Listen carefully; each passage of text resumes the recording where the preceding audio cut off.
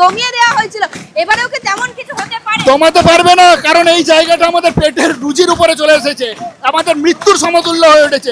একটা মানুষ যদি মৃত্যুর সমতুল্য হয় সে কি করতে পারে সেটা প্রত্যেকটা মানুষ আমাদের দেখিয়ে দেবে। মানে একটা রুজিটা আমাদের মৃত্যু ছাড়া আমাদের কোনো পথ নেই, বিকল্প পথ নেই, আমাদের মরতে হবে এখানে, আমার ছেলে সন্তান স্বামী নিয়ে এখানে রাজপথে মরতে হবে আমাদের, এটাই আমাদের একটা বাঁচার পথ, তাছাড়া আমাদের বাঁচার পথ। এমনি আমরা তিলে তিলে শেষ হয়ে গেছি, তিলে তিলে আমরা এমনি মরার থেকে আমরা বিষ খেয়ে এখানে মরে যাব। আমাদের রাজ্যের উন্নয়ন, মুখ্যমন্ত্রীর এই উন্নয়ন দেখছেন, এইগুলো হচ্ছে উন্নয়ন, বুঝতে পারলেন?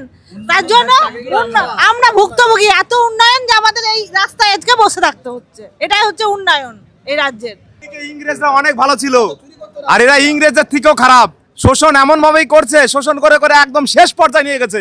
যে তোমাদের গ্রুপ সি ডি এই প্যানেলে তোমাদের দুর্নীতির পার্সেন্টেজ বেশি, তো আমি বলেছিলাম দুর্নীতি করতে। এই আন্দোলন কি কোনোভাবে আবার দমিয়ে দেওয়া যাবে পুলিশ দিয়ে? কি করে দমাবে? এতগুলো লোক যাদের মুখ থেকে খাবার ছিনে নেওয়া হয়েছে, মুখের গ্লাস কেড়ে নেওয়া হয়েছে, তাদের আন্দোলনকে ছাপাতে পারবে? তাদের এই যে কষ্ট, দুঃখ, ক্ষোভ কোনো কারণে এরা বন্ধ করতে পারবে না, যতই পুলিশ লাগাক। পশ্চিমবঙ্গে কত পুলিশ আছে নামাক, আমরা দেখছি। আমরা গুলি খেতে মরে যেতে রাজি আছি, আমাদেরকে রাস্তায় পথে নামিয়ে দিয়েছে, জীবন শেষ করে দিয়েছে, আর কোনো কিছুর ভয় পায় না। চরম অন্যায় করেছে আমাদের। 12টা বাজতে যাচ্ছে এখনো অবধি, এরপর কি পদক্ষেপ আপনাদের? যতক্ষণ না আমাদের যোগ্যদের সঠিক লিস্টও দেবে ততক্ষণ ওকে আমরা ছাড়বো না। অসভ্যতামি কোনো জায়গা পায় না, নির্লজ্জ লোক একটা, আর বারবার প্রতিশ্রুতি দিয়ে প্রতিশ্রুতি ভঙ্গ করছে, মিথ্যাবাদী। এই হচ্ছে এসএসসি কমিশন, তারা তাদের প্রতিশ্রুতি রক্ষা করতে পারেনি, এখানে রাজনীতি করছে, চূড়ান্ত চক্রান্ত করছে। চক্রান্ত আমরা সফলতা দেবো না, এতজনের জীবন নিয়ে এরা ছিনিমিনি খেলতে পারে না। মুখ্যমন্ত্রীর উদ্দেশ্যে কি বলবে? মুখ্যমন্ত্রী বলেছিলেন, মাননীয় মুখ্যমন্ত্রী আমি মানব দরদি, এই তার মানবতার প্রমাণ। তিনি নিজে ইন্দোর স্টেডিয়ামে বলেছিলেন যোগ্যদের সঙ্গে আছি, তার এই প্রতিশ্রুতি তিনি তো আজকে প্রমাণ করে দিচ্ছে তিনি নিজেই মিথ্যাবাদী। সেই মিথ্যাবাদী, সেই আমাদের মাননীয় মুখ্যমন্ত্রী ওখানে বসে আছেন ঠান্ডা হওয়াতে, এতগুলো লোকের জীবন শেষ হতে চলেছে, এখানে মরে যাচ্ছে, তাদের পুরো ফ্যামিলি তার সঙ্গে জড়িত। লজ্জা লাগছে না তার? একদম লজ্জাহীন ভাবে ওখানে বসে আছে। লজ্জা থাকলে এখানে আসুক, এসব কথা বলুক আমাদের সঙ্গে। আপনারা সেই ছবি দেখতে পাচ্ছেন যেখানে কিন্তু সুবোধ সরকার বলেছিল যে মানবিক মুখ্যমন্ত্রী। আমরা আরো কথা বলে নেওয়ার চেষ্টা করব। রাত যত বাড়ছে আন্দোলনের ঝাঁজ কিন্তু তত বাড়ছে। চুরি করেছে রাজ্য সরকার, চুরি করেছে এসএসসি, টাকা নিয়েছে, টাকা কোনো সময় মনে ছিল না, তখন তারা যা দুর্নীতিটা করেছে তার দুর্নীতির বোঝা পাপ আমরা কেন নেব? যে চুরি করেছে শাস্তি সে ভোগ করুক, আমরা এতগুলো মানুষ তার পরিবার ভোগ করবে না। আমাদের দাবি যতক্ষণ না পূরণ হচ্ছে ততক্ষণ আমরা এইখান থেকে এইভাবেই ঝাঁজ নিয়ে এগোতে থাকবো, কখনোই আমরা এই পথ থেকে সরে যাব না। যে বিভাজনের নীতি তৈরি করছে সেই বিভাজনের নীতি আমরা কখনোই মেনে নেব না। হতে পারেন ওনারা অনেক কিছু জানেন, কিন্তু আমরাও সব জিনিসটা বুঝি, সেই জিনিসটা ওনাদের বোঝা উচিত। যতক্ষণ না লিস্ট, স্বচ্ছ লিস্ট পরিষ্কারভাবে আমাদের এখানে দিচ্ছে এবং যতক্ষণ না মিরর ইমেজ দিচ্ছে, আমরা এই জায়গা থেকে এই পথ ছেড়ে এক পাও এগোবো না। এই শহর আগে আরো আন্দোলন দেখিয়েছে, আমরা দেখেছি প্রশাসনিকভাবে কিভাবে সেই আন্দোলন দমিয়ে দেওয়া হয়েছিল, এবারেও কি তেমন কিছু হতে পারে? দমাতে পারবে না, কারণ এই জায়গাটা আমাদের পেটের রুজির উপরে চলে এসেছে, আমাদের মৃত্যুর সমতুল্য হয়ে উঠেছে। একটা মানুষ যদি মৃত্যুর সমতুল্য হয় সে কি করতে পারে সেটা প্রত্যেকটা মানুষ আমাদের দেখিয়ে দেবে। কখনো দমাতে পারবে না এই জিনিসটা, এবং এটা চলতেই থাকবে। আমরা এর আগে দেখেছিলাম পুলিশের হস্তক্ষেপ দেখেছিলাম, লাঠিচার্জ দেখেছিলাম, সেরকম কিছু কি হওয়ার আশঙ্কা? যা লাঠি মেরে দিলেও ফাঁসিতে, বললাম তো আপনাকে যে আমাদের ফাঁসির সমতুল্য, মেরে দিলেও আমরা এই জায়গা থেকে সরবো না। আমরা আমাদের যতটুকু ন্যায্য অধিকার সেটুকুন আমাদের ন্যায্যভাবেই আমরা নিয়ে এখান থেকে বেরোবো, কখনো আমরা এখান থেকে এক পাও সরে যাব না। এই ন্যায্য অধিকার ওনাকে দিতেই হবে, ওনাকে বুঝতেই হবে। এই জায়গা থেকে আমাদের কাছে এসে সেই আমাদের লিস্ট, আমাদের ওএমআর, আমাদের স্বচ্ছভাবে ওএমআর দেওয়া এবং স্বচ্ছভাবে লিস্ট দেওয়া দিতেই হবে ওনাকে। যতক্ষণ না দিচ্ছে আমরা এই জায়গা থেকে উঠছি না, উঠবো না।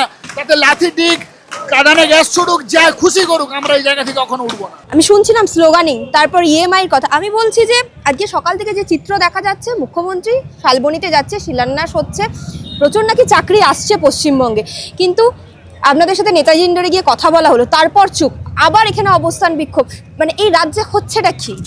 ব্যাপারটা হচ্ছে এখানে আমরা চাইছি, আমাদের একটাই দাবি, যোগ্য অযোগ্য লিস্ট উন্নয়ন, আমাদের রাজ্যের উন্নয়ন। মুখ্যমন্ত্রী এই উন্নয়ন দেখছেন, এইগুলো হচ্ছে উন্নয়ন, বুঝতে পারলেন?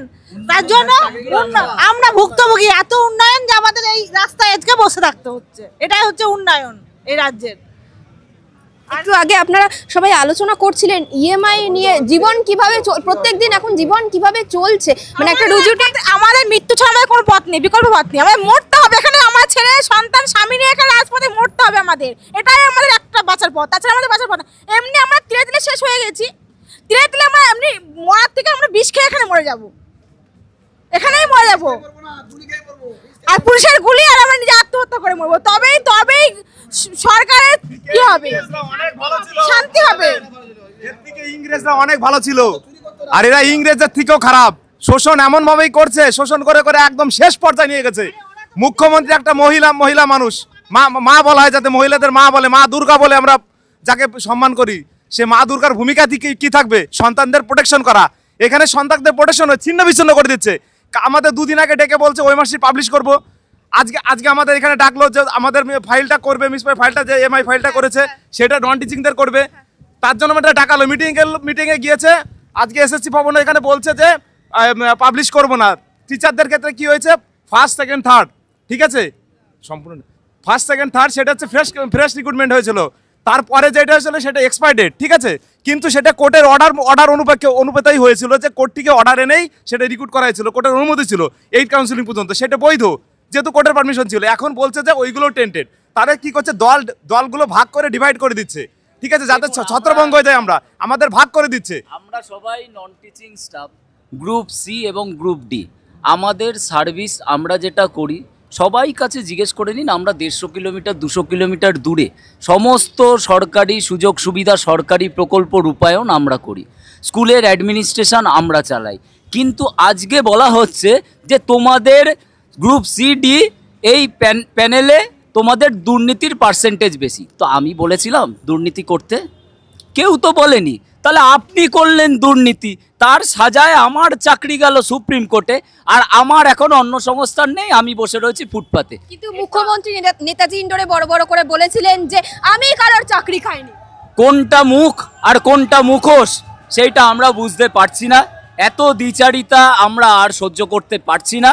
উনি পরিষ্কারভাবে এখানে আসুন, প্রেসের সামনে সবাইকে ডেকে বলুন ওনার পরিকল্পনা কি। এই ডিরোজিও ভবনের পর্ষদের সভাপতিকে ডাকুন, রামানুজন বাবুকে ডাকুন, এসএসসি চেয়ারম্যানকে ডাকুন, এনে প্রেস কনফারেন্স করুন না, আমরাও তো শুনতে চাই ওনার বক্তব্য। আমরা তো ওনাকেই, উনি আমাদের প্রশাসনিক প্রধান, আমি কাকে বলবো আমাদের কথাটা, আমাদের বেদনার কথাটা কাকে বলবো? আমাদের প্রত্যেকের ইএমআই রয়েছে, প্রত্যেকের বাড়িতে ছেলে মেয়ে বয়স্ক মহিলা, আমার নিজের মা রয়েছে অসুস্থ বিছানা সজ্জা, তো পরের মাসে আমি ইএমআই দেবো কি করে?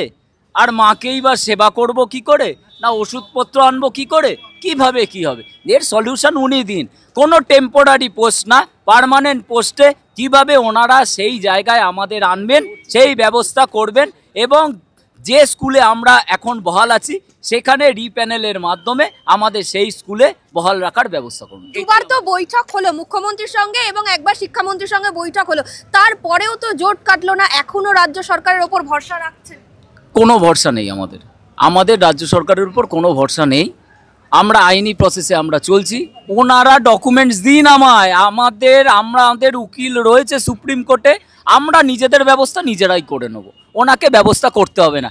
খালি স্টেট আমাদের সহযোগিতা করুন, ওনারা সত্যি কথাটা গিয়ে বলুন, অযোগ্যগুলোকে বাদ দিন, আর যোগ্যগুলোকে এফিডেভিট দিয়ে ওখানে বলুন যে এরা যোগ্য, এদের বিরুদ্ধে একটা সিঙ্গেল লাইন অভিযোগ নেই, যে কোনো অভিযোগ আমাদের বিরুদ্ধে নেই।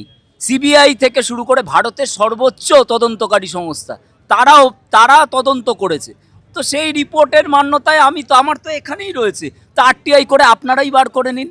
তার আগে বাক কমিটি আমাদের অ্যাসিড টেস্ট নিয়েছে, সেখানেও আমরা ক্লিয়ার, তাহলে আমার প্রবলেম কোথায়? আমি তো সেটাই বুঝতে পারছি না। এটা একটা হাস্যকর পরিস্থিতি তৈরি হচ্ছে, এটা কি হচ্ছে উনি ভালো বলতে পারবেন, উনি বলুন, এখানে আসুন, এখানে এসে বলুন, উনি শালবনীতে শিলান্যাস করুন না, আরও এমপ্লয়মেন্ট হোক না, আমাদের তাতে তো কোনো অসুবিধা নেই, কিন্তু আমাদের পথে তারা বসালেন কেন? এইটাই হচ্ছে আমাদের বক্তব্য। আমাদের যথাযোগ্য সম্মানের ব্যবস্থা করুন, আমাদের নিজেদের পজিশন আমাদের ফিরিয়ে দিন, এইটাই আমাদের দাবি। ওনারা ভালোভাবে করতেও পারেন, ওনাদের কোনো অসুবিধা নেই, সমস্ত তথ্য ওনাদের কাছে রয়েছে।